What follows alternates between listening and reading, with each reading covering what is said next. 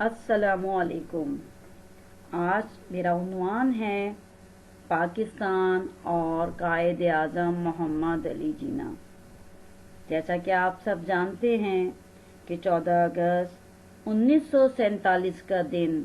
پاکستان کی تاریخ میں بہت اہمیت کا حامل ہے، کیونکہ اس دن ہمارا وطن پاکستان آزاد ہوا،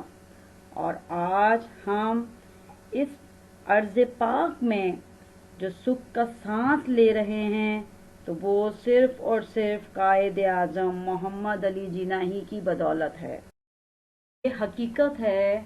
کہ قائد اعظم محمد علی جناح جیسی شخصیات صدیوں میں پیدا ہوتی ہیں۔ جبھی تو شاعر نے بھی کہہ دیا، ہزاروں سال نرگس اپنی بے نوری پہ روتی ہے، بڑی مشکل سے ہوتا ہے چمن میں دیدہ ور پیدا۔ بانی پاکستان قائد اعظم محمد علی جناح کی پرعزم اور ولولہ انگیز قیادت کے طفیل پاکستان کا قیام ممکن ہو سکا، اور آپ نے انگریزوں اور ہندوؤں کی چالوں کا مؤثر جواب دیا اور ان کے ہر حربے کو ناکام بنا دیا، اور ہمیں آزادی جیسی نعمت عطا کرنے میں بھرپور کردار ادا کیا۔ در حقیقت پاکستان کا قیام انگریزوں اور ہندوؤں کی خواہش کے خلاف عمل میں آیا تھا،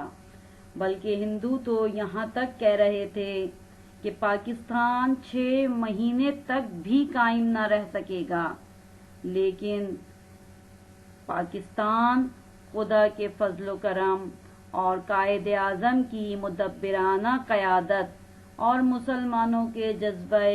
اتحاد و ایثار کی بدولت نہ صرف قائم ہوا بلکہ مضبوط سے مضبوط تر ہوتا چلا گیا۔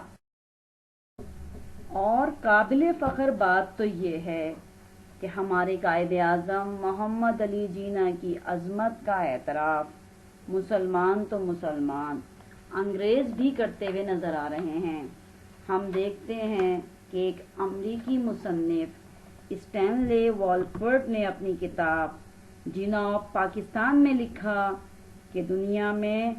گنتی کے چند افراد ہی ایسے ہوتے ہیں کہ جو تاریخ کے دھارے کو نمایاں طور پر موڑتے ہیں، جبکہ ایسے افراد اور بھی کم ہوتے ہیں کہ جو دنیا کے نقشے میں قابل ذکر انداز میں تبدیلی کرتے ہیں، اور ایسا فرد تو خال خال ہوتا ہے کہ جو کسی نئی قومی مملکت کی تشکیل کرتا ہے۔ البتہ جناح کو یہ اعزاز حاصل ہے کہ انہوں نے یہ تینوں کار ہائے نمایاں انجام دیے۔ میں کہوں گی کہ پاکستانی قوم خوش نصیب ہے کہ پروردگار عالم نے ہمارے نصیب میں قائد اعظم محمد علی جناح جیسی شخصیت رکھی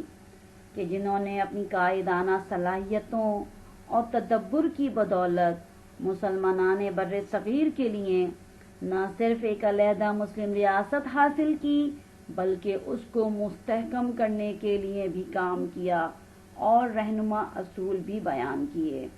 اب ہم پر لازم ہے کہ ہم میں سے ہر ایک مملکت خداداد پاکستان کو مستحکم کرنے کے لیے اپنا بھرپور مثبت اور فعال کردار ادا کرے، تاکہ جو خواب مسلمانان جنوبی ایشیا نے قائد اعظم کی والہانہ قیادت میں دیکھا تھا، صحیح معنوں میں اس کی تعبیر حاصل ہو سکے اور یہ خطہ زمین حقیقی معنوں میں اسلام کا قلعہ اور اس کی سرزمین ثابت ہو۔ بقول شاعر، خدا کرے کہ میری ارض پاک پر اترے وہ فصل گل جسے اندیشہ زوال نہ ہو۔ پاکستان زندہ باد۔